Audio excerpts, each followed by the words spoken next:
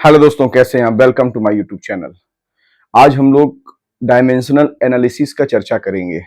मैंने class 9th के लिए वीडियो बनाया, बहुत ज़्यादा नहीं बना पाया, लेकिन क्लास 12th के लिए मैंने काफ़ी वीडियो बनाया। लेकिन 9th और 11th के लिए मैंने वीडियो नहीं बनाया, अगर बनाया भी तो बहुत कम बनाया। 11th के लिए तो एकदम नहीं बनाया। तो आज से मैं 11th का वीडियो जो है स्टार्ट कर रहा हूँ। मैं आपसे कुछ कहना चाहता हूँ कि जैसे जो 11th और 12th है, कंपटीशन की जो तैयारी करना चाहते हैं, एक बात बताइए, कोई भी मकान है, अगर उसका नींव कमजोर है, वो मकान कब तक टिकेगा? नहीं टिकने वाला है। ये तो कॉमन सेंस की बात है।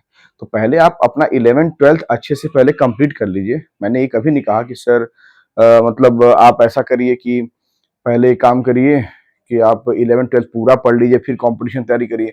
अगर आपका इनिशियल स्टेज से ही तैयारी करना है, जैसे 11th से ही आपको कंपटीशन की तैयारी करनी करनी है, तो किसने मना किया है? लेकिन शर्त यह है कि आपको साथ में अपना बेस भी लेकर चलना पड़ेगा, ठीक है ना?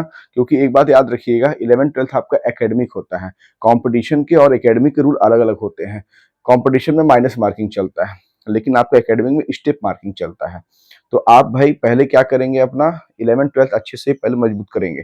वो आप 4 महीने में करेंगे कि 2 साल में करेंगे, वो आपकी कैपेबिलिटी पे डिपेंड करता है।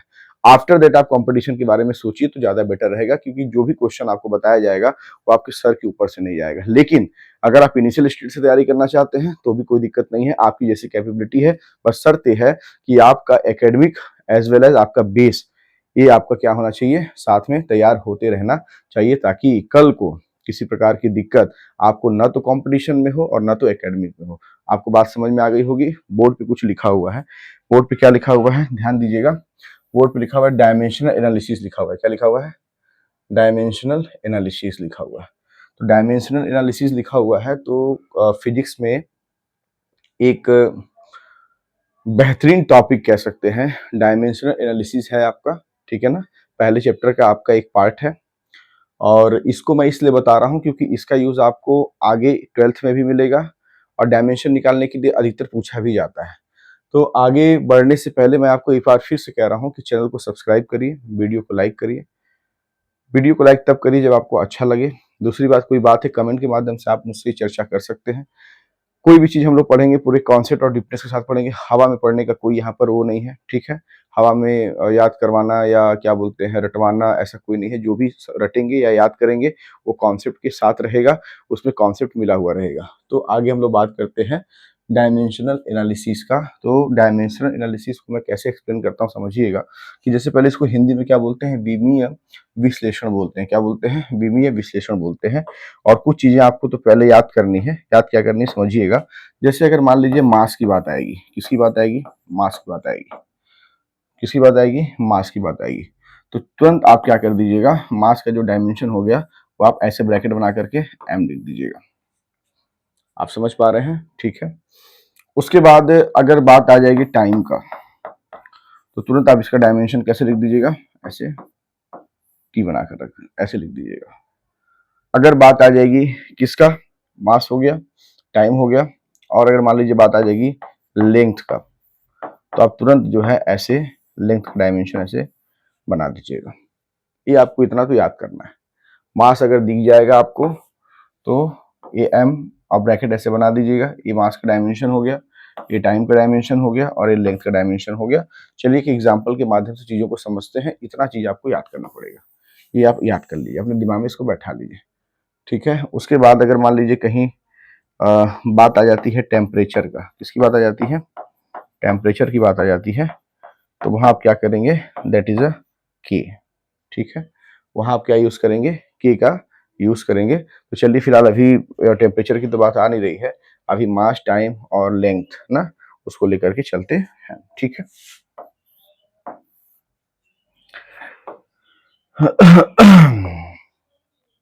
मुझे एक बात बताइएगा, जैसे अगर मैं छोटा सा एग्जांपल लूं आपका, क्या लूं? फोर्स का। इसका एग्जांपल लूं फोर्स का। तो फोर्स बराबर होता क्या है? तो फोर्स बराबर होता क्या है? तो जाहिर सी बात है, फोर्स बराबर जो होता है वो मास इनटू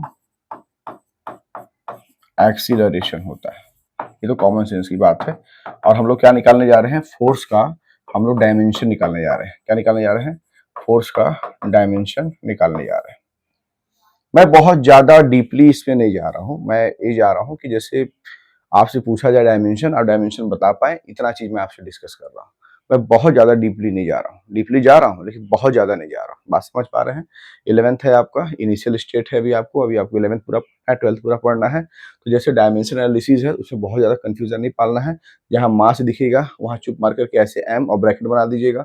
टाइम दिखेगा, ऐसे टी बना दीजिएगा और लेंथ दिखेगा, एल बना दीजिएगा। और टेम्परेचर को अभी लेकर के नहीं चलते हैं, टेम्परेचर में के का यूज़ है, लेकिन जब हम आपको बताएँगे तो आपको ज़्यादा समझ में आएगा कि हाँ, टेम्परेचर में के कैसे मतलब कैसे उसका यूटिलाइज़ेशन हो रहा है या कैसा उसको हम लोग इम्प्लीमेंट कर रहे हैं, ठीक है? तो डायमेंशन में फोर्स इज़ इक्वल टू क्या हो गया, मास इंटू क्या हो गया, एक्सीलरेशन हो गया, मास इंटू एक्सीलरेशन हो गया। तो मुझे एक बात बताइएगा, अगर फोर्स का मुझे डायमेंशन निकालना है, तो क्या हो जाएगा? मास का सर ने क्या कहा है, देखिए मास का सर ने कहा है एम लगाने के लिए, तो चुप मार करके आप एम लगा दीजिए, इनटू एक्सीलरेशन। यहाँ एक्सीलरेशन की कोई बात है क्या? नहीं है, तो आप एक्सीलरेशन को एक्सीलरेशन ही लिख दीजिए। अब मुझे एक बात बताइएगा, आप डायमेंशन निकाल किसका रहे हैं? आप डायमेंशन निकाल रहे हैं फोर्स का, तो मास का तो आपको मिल गया। अगर एक्सीलरेशन का अगर आपको मिल जाए तो मुझे लगता है कि कोई दिक्कत आपको नहीं होगी। तो मुझे एक बात बताइए, एक्सीलरेशन बराबर होता क्या है? तो जाहिर सी बात है, चेंज इन वेलोसिटी। क्या होती है? चेंज इन वेलोसिटी और अपॉन टाइम,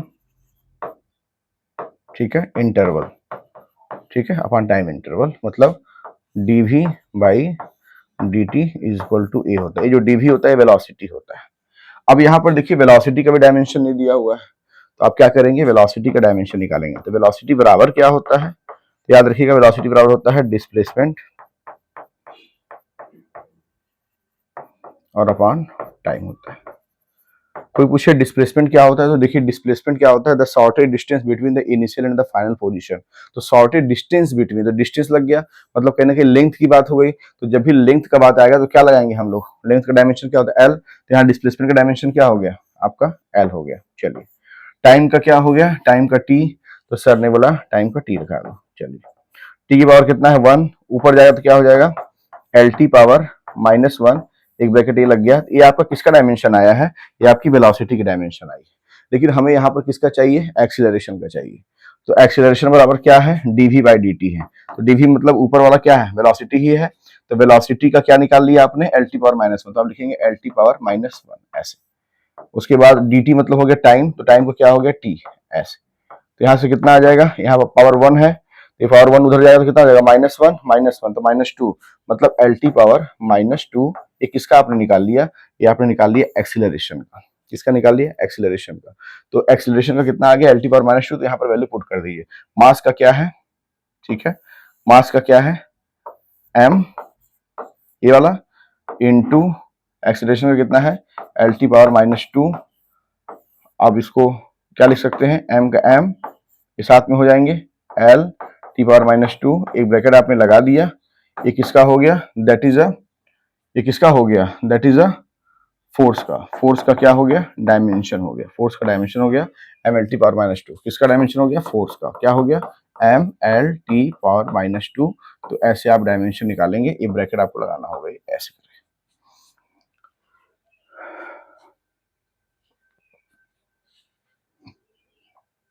ठीक है। मैं फिर से बोल रहा हूँ कि डायमेंशन एनालिसिस को बीमी विश्लेषण कहते हैं। डायमेंशन एनालिसिस में आपको 3 बातें, ठीक है ना, 3 बातें, इसके अलावा एक आध 2 बातें और भी हैं, लेकिन 3 बातें अभी फिलहाल याद रखनी है कि मास का डायमेंशन आप ऐसे एम, कैपिटल एम बना करके ब्रैकेट लगाएंगे। टाइम का डायमेंशन में आप क्या करेंगे, टी लिखेंगे, ब्रैकेट बना देंगे, और लेंथ का एल लिखेंगे, ब्रैकेट बना देंगे। इस कॉमन सेंस की बात हो गई। आफ्टर दैट क्या करना है कि जब ये आपका हो जाएगा, उसके ये जानकारी आपको जब हो जाएगी, तो उसके बाद जो डिफरेंट डिफरेंट फिजिकल क्वांटिटी हैं, तो उनके फार्मूला दिए होंगे या फार्मूला नहीं दिए होंगे, तो फार्मूला जाहिर सी बात है आपको निकालना होगा। इतनी नॉलेज आपको होनी चाहिए, क्योंकि आप फिजिक्स पढ़ रहे हैं। जैसे मान लीजिए पेपर में आ गया कि फोर्स का डायमेंशन निकालो, तो फोर्स का डायमेंशन निकालो तो भाई फोर्स का फार्मूला भी तो होना चाहिए। सपोज करिए नहीं दिया हुआ है, तो इसका ये मतलब थोड़ी कि आप नहीं कर पाएंगे। क्लास 9th आप पढ़े ही हैं, क्या पढ़े हैं कि the rate of change in momentum directly proportional to the applied force and the direction of the momentum will be the direction of the force. It means that वहां से हम लोग को क्या मिलता है, equal to M into A मिलता है। तो एम का तो डायमेंशन हम लोगों ने यहाँ से देख लिया, देखिए एम हो गया। एक्सीलरेशन का हमको नहीं पता था, तो एक्सीलरेशन का तो दिया तो है नहीं, लेकिन एक्सीलरेशन बराबर क्या होता है, change in velocity upon time interval. तो क्या हो जाएगा वेलोसिटी अपॉन टाइम। ये क्या हो गया एक्सीलरेशन, तो एक्सीलरेशन इक्वल टू ये आपका क्या हो जाएगा, चूंकि यहाँ पर ध्यान दीजिएगा acceleration equal to velocity upon time, तो वेलोसिटी का भी पता होना चाहिए, वो भी हमको वहाँ पर नहीं पता है। तो velocity equal to displacement upon time. Displacement क्या होता है, the shortest distance between the initial and the final position. Displacement का क्या हो गया, कहीं ना कहीं लेंथ हो गया, तो लेंथ का सर ने क्या बताया है, एल बताया है, ठीक है, एल बताया हुआ है। अभी आप इस के वाले पार्ट को छोड़ दीजिए, इसको लेके कंफ्यूजन ना पालें, ठीक है, इसको लेकर के कंफ्यूजन ना पालें आप। अभी जो है इन तीन चीजों को अपने मन में बसा करके रखिए। तो velocity equal to displacement upon time, displacement क्या हो गया, डिस्टेंस हो गया, कहीं ना कहीं लेंथ हो गया, तो उसका हो गया एल, ठीक है, टाइम हो गया टी, टी पावर 1 ऊपर गया तो क्या हो गया, एल टी पावर -1 हो गया। उसके बाद जब आपको वेलोसिटी मिल जाती है तो आपको एक्सीलरेशन बराबर क्या मिलता है, वेलोसिटी अपॉन टाइम। तो वेलोसिटी का तुम क्या निकाले, एल टी पावर -1, टाइम का क्या हो गया टी, ये 1 है, 1 जाएगा ऊपर तो -1 कितना हो जाएगा -2, तो एल टी पावर -2 किसका आ जाएगा, एक्सीलरेशन का। तो जब एक्सीलरेशन का एल टी पावर -2 आ गया तो आपने क्या किया, एक्सीलरेशन की जगह एल टी पावर -2 रख दिया, दोनों को मिला दिया तो कितना मिला, M L T power -2 bracket लग गया, फोर्स का क्या आ गया, डायमेंशन आ गया। डायमेंशन ऐसे निकालते हैं। डायमेंशन में मैं आपको ज्यादा वीडियो नहीं, 2 वीडियो प्रोवाइड करूंगा, लेकिन एक वादा करता हूं कि डायमेंशन जैसे आपको बता रहा हूं मैं, अगर आप उस चीज पे फोकस कर गए, अगर बात को अगर आप समझते हैं और कॉपरेट करते हैं, तो मुझे नहीं लगता कि लाइफ में कभी डायमेंशन के क्वेश्चन आएंगे और आप ना कर पाए। ओके, आफ्टर दैट हम लोग बात करेंगे थोड़ा सा डायमेंशन में और चीजों का।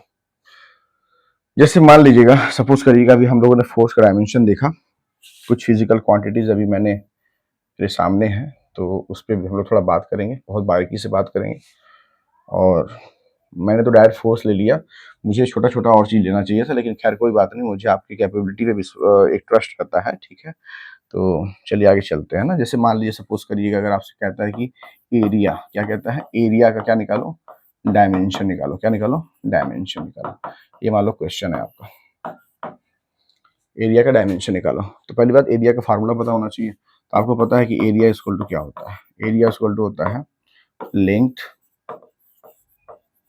इनटू ब्रीथ होता है। क्या होता है, लेंथ इनटू ब्रीथ। तो लेंथ क्या है, लेंथ का सर ने क्या बताया, डायमेंशन एल।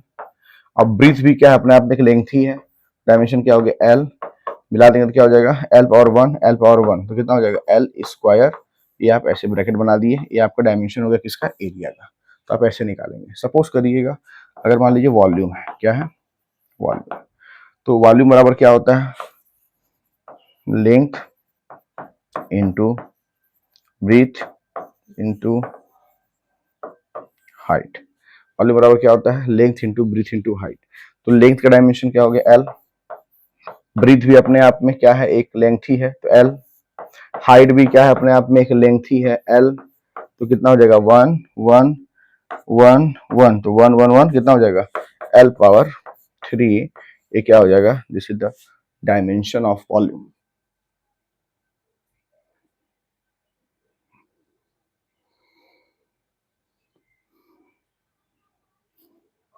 ठीक है, तो इस चीज का ध्यान दीजिएगा।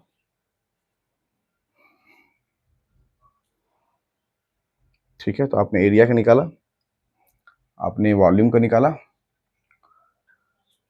उसके बाद और फिजिकल क्वांटिटी पे चर्चा करते हैं, तो और चीजें निकल करके आएंगी। ठीक है,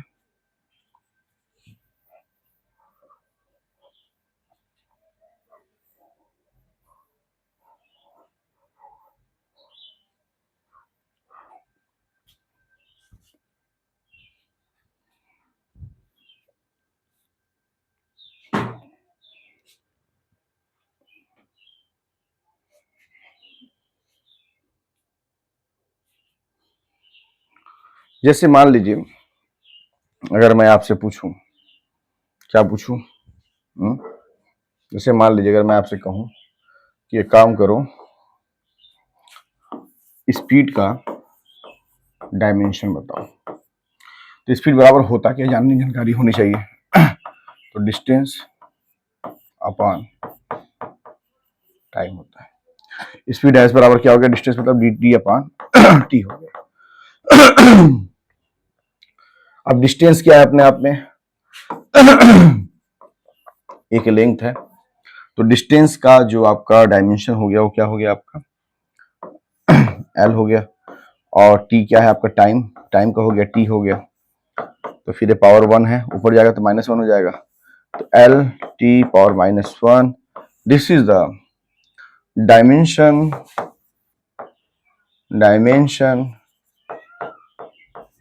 of the speed, this is the dimension of the speed. थोड़ा और बात करते हैं।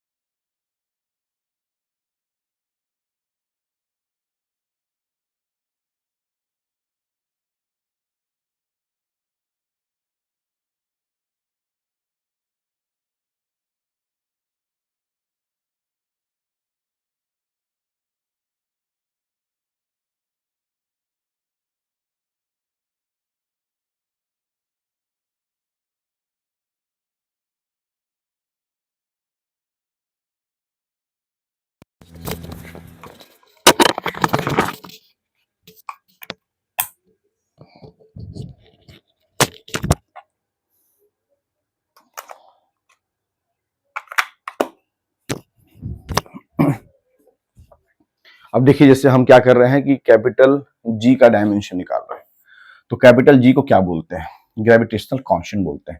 मैं बार बार बोल रहा हूं कि डायमेंशन निकालने से पहले आपको उस चीज की तह तक की जानकारी होनी चाहिए।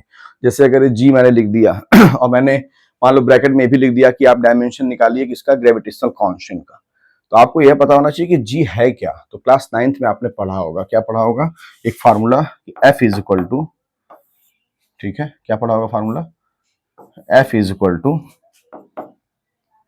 जी, आपने पढ़ा होगा F is equal to G m1 m2 upon R square. और आपको ये भी पता होगा कि ये जी क्या है, ग्रेविटेशनल कांस्टेंट है, इसी का आपको क्या निकालना है, डायमेंशन निकालना है। तो आर स्क्वायर को इधर ले जाओ तो कितना हो जाएगा, एफ इंटू आर स्क्वायर, इसको नीचे ले जाओ कितना हो जाएगा, m1 into m2 is equal to G हो जाएगा। अब आपको जी यहाँ पर आ गया, ये आपके सामने फार्मूला है, अगर हम इसका डायमेंशन निकाल देंगे तो इसका डायमेंशन निकल गया, बस नॉर्मल सी बात है। तो क्या करेंगे, बहुत अच्छा करेंगे, कैसे करेंगे ध्यान दीजिएगा। हम लोग एफ, एफ कितना, एफ का डायमेंशन क्या होगा, तो एम एल टी पावर -2 ऐसे बना दिया हमने। आर क्या होता है, तो आर होता है दो मासेस के बीच का डिस्टेंस होता है, दो मास के बीच का डिस्टेंस होता है, तो आर भी एक डिस्टेंस मतलब लेंथ हो गया, तो आर का स्क्वायर मतलब लेंथ का स्क्वायर हो गया। चलिए अपान m1 क्या है, मास ही है, m2 क्या है, मास ही है, तो मास का क्या डायमेंशन हम लोगों ने पढ़ा है m, m2 क्या है, मास ही है, तो उसका डायमेंशन क्या हो गया m। किसका निकाल रहे हैं, तो कैपिटल जी का निकाल रहा है। तो ध्यान दीजिएगा m पावर m है, m रहने दीजिए, l पावर 1 है और l पावर 2 है, तो कितना हो जाएगा, l पावर 3 हो जाएगा, और t पावर -2 है तो t पावर -2 रहने दीजिए। चलिए और अपान m पावर 1 है, m पावर 1 है, कितना हो जाएगा m पावर 2 हो जाएगा, ये भी ठीक है। अब ध्यान दीजिएगा यहाँ पर कितना है, m पावर 1 है, तो 1 है और 2 ऊपर जाएगा तो माइनस में हो जाएगा, तो 1 माइनस 2 करेंगे तो -1 आएगा। तो कहीं ना कहीं आपको एक बात समझ में आ रही है, क्या आ रही है कि m पावर कितना आ गया 1 माइनस 2, और l पावर कितना है 3, और t पावर कितना हो गया -2, और निकाल किसका रहे हो तो g का, तो यहाँ कितना हो जाएगा m पावर 1 माइनस 2 मतलब -1, l पावर 3 और t पावर -2, ये आपका क्या आ गया, this is the dimension of gravitational constant. आपका डायमेंशन आ गया ग्रेविटेशनल कांस्टेंट का। तो मैंने पेपर में जिससे मान लीजिए आ गया ग्रेविटेशनल कांस्टेंट का डायमेंशन निकालिए, तो आपको उसकी फार्मूला में क्या क्या है उसके बारे में जानकारी होनी चाहिए, ठीक है। तो फार्मूला आपके पास था G equal to F into R square upon m1 m2। With the help of this हम लोगों ने क्या पाया, we get that the dimension of the gravitational constant. Okay, after that अगर मैं बात करूं,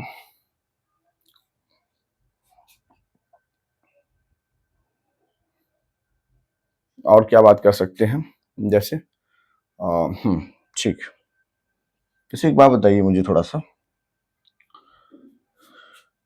क्या बताएंगे कि अगर मैं कहूँ आपसे कि वर्क डन का, अगर मैं आपसे कहूँ कि वर्क डन का डायमेंशन क्या होगा,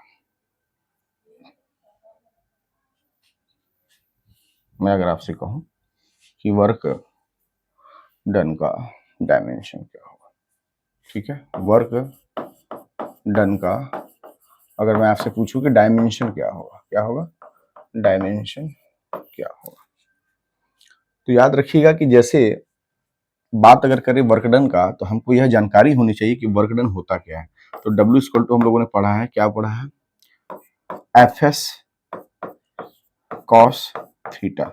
याद रखिएगा अगर जो ट्रिग्नोमेट्रिक रेशियोज वगैरह होंगे, या ठीक है ना, जैसे जो कॉस, ठीक है ना, जो ट्रिग्नोमेट्रिक रेशियो वगैरह होंगे, साइन कॉस टेन कॉट होगा, या एंगल होगा थीटा वगैरह, है ना, ये कॉस थीटा होगा, साइन थीटा होगा, टेन थीटा होगा, तो इसको आप क्या कर देंगे, इग्नोर कर देंगे, क्या कर देंगे, इग्नोर करेंगे। ध्यान दीजिएगा, मैं फिर से कह रहा हूँ, जैसे होता क्या है, W equal to F into S into cos theta होता है, तो साइन कॉस टेन कॉट से कोसिक अगर है, जाहिर सी बात है एंगल के साथ होगा, तो आप उस पार्ट को इग्नोर कर देंगे डायमेंशन में। कभी इग्नोर करेंगे, डायमेंशन में, तो आपने इसको इग्नोर कर दिया, ठीक है। ऐसा क्यों किया जाता है, तो इसलिए किया जाता है क्योंकि आपको मैं एक बार बता दूं, अभी मैं इसको एक्सप्लेन करूंगा आपको। जैसे फॉर एग्जांपल दैट, सपोज करिएगा, मान लीजिए मैंने एक क्या बनाया, एक राइट एंगल ट्रायंगल बनाया, उसके बाद इस एंगल को मैंने क्या ले लिया, थीटा ले लिया। ये क्या है अपने आप में, जाहिर सी बात है परपेंडिकुलर है, ये क्या है आपका बेस है, और ये क्या है हाइट है। मान लीजिए मैं कॉस थीटा लेता हूँ, तो कॉस थीटा बराबर क्या हो जाएगा, बेस अपॉन हाइपोटेनस। बेस कितना है, बेस क्या है, बेस अपने आप में एक लेंथ है, तो इसका डायमेंशन क्या हो गया, एल। हाइट क्या अपने आप में एक लेंथ है, इसका डायमेंशन क्या हो गया, एल। कैंसिल हो गया, कुछ बचा नहीं बचा, तो कुछ नहीं बचा मतलब उसको क्या बोलते हैं, एल, मान लीजिए इसको कह सकते हैं एल पावर जीरो, क्या बोल सकते हैं, एल पावर जीरो, कुछ भी नहीं बचा, एल पावर जीरो, ठीक है, कैंसिल हो जाएगा तो 1 आ जाएगा, तो एल पावर इसको जीरो लिख सकते हैं। मतलब कॉस थीटा का डायमेंशन देखा जाए तो हमें कुछ भी नहीं मिला। जब हमें कुछ भी नहीं मिला, क्या मिला, एल पावर जीरो मिला, तो एल पावर आप जीरो लिखो और चाहे ना लिखो, उसका कोई फर्क पड़ने वाला नहीं है। तो cos theta, sine theta, tan theta, ये सब टर्म अगर आए तो उसको आप इग्नोर कर देंगे। तो बचा क्या, W equal to F into S. F बराबर, एफ क्या होता है, जाहिर सी बात है फोर्स होता है। एस क्या होता है, जाहिर सी बात है डिस्प्लेसमेंट होता है। तो आपको एक बात की जानकारी है, क्या जानकारी है, कि फोर्स का जो डायमेंशन होता है, अभी आपने कुछ देर पहले पढ़ा, एम एल टी पावर -2 होता है। डिस्प्लेसमेंट के बारे में आपने क्या पढ़ा, एल पढ़ा, तो क्या हो गया, M L square T power -2 हो गया। ये हो गया आपका W, दिस इज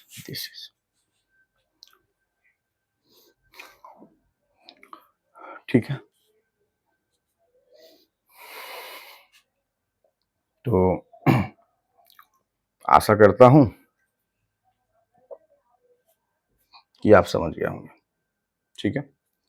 तो W equal to M L square T power -2, ये आपका क्या है, वर्क डन का क्या आ गया, डायमेंशन आ गया, वर्क डन का डायमेंशन आ गया।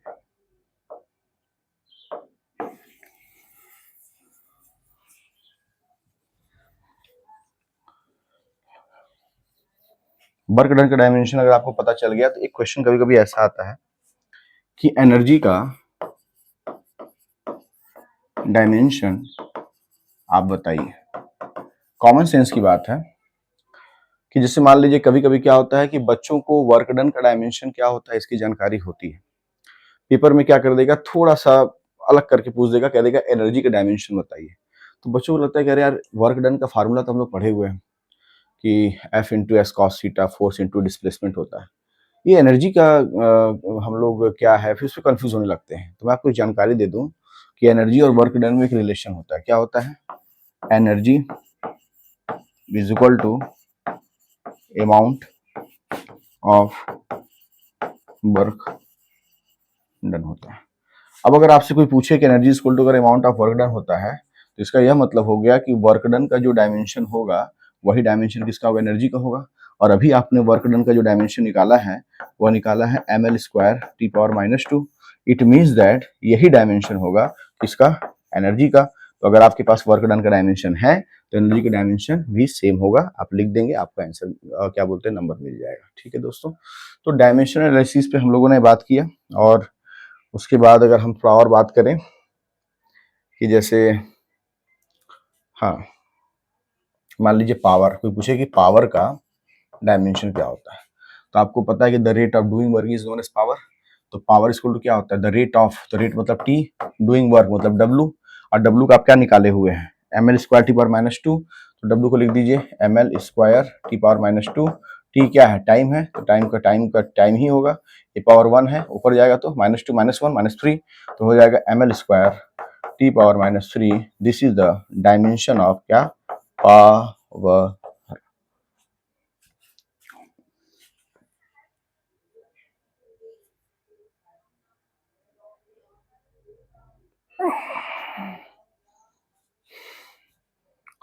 Dimension of power. तो डायमेंशन के लिए जो वीडियो आज एक वीडियो दिया हूँ, कल मैं सेकंड वीडियो दूंगा, तो ऑब्वियसली मैं और हार्ड फिजिकल क्वांटिटी डिस्कस करूंगा आपसे। और मुझे लगता है कि इस दो वीडियो को अगर आप देख लेंगे, तो डायमेंशन से रिलेटेड आपको लाइफ में प्रॉब्लम नहीं होगी। दोस्तों, वीडियो को लाइक करिए, चैनल को सब्सक्राइब करिए, जुड़िए। मैं कोई वीडियो डालूं आपके लिए, तो वो उसका नोटिफिकेशन आप तक पहुंचे और आप उसका लाभ उठा सकें। ठीक है दोस्तों, जय हिंद, जय हिंद, जय हिंद।